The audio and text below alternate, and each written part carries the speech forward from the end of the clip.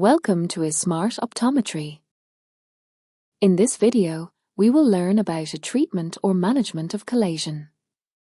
Treatment of chalazion can be divided into 4 categories. 1. Conservative treatment. 2. Intralesional steroid injection. 3. Incision and curettage. 4. Diathermy. Now, 1. Conservative treatment. For small, recent, and soft chalazion, conservative treatment may promote self-resolution. Conservative treatment includes A. Hot fomentation. Hot fomentation softens the clogged oil within the meibomian gland, encouraging natural drainage of the chalazion and reducing swelling.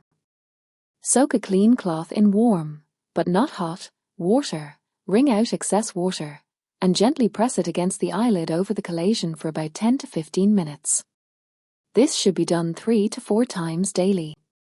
B. Topical antibiotic eye drops.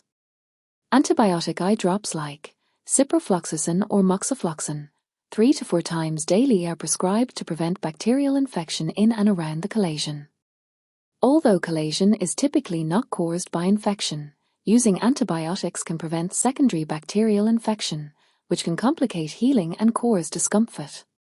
C. Oral anti-inflammatory drugs. Inflammatory drugs like ibuprofen or naproxen 2 times daily after meal can reduce inflammation and discomfort. These medications work systemically to decrease swelling and alleviate discomfort, supporting the natural healing process. 2. Intralesional steroid injection.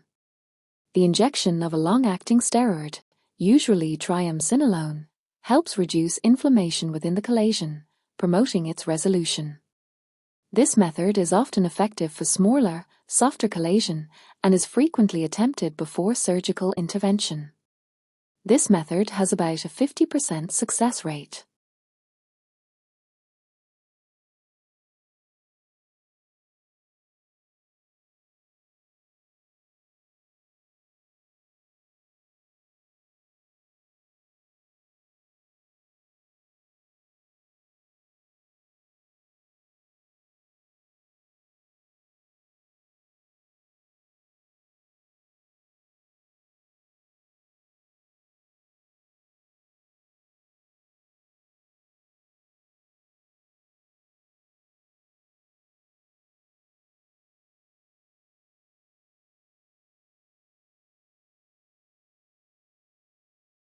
Four.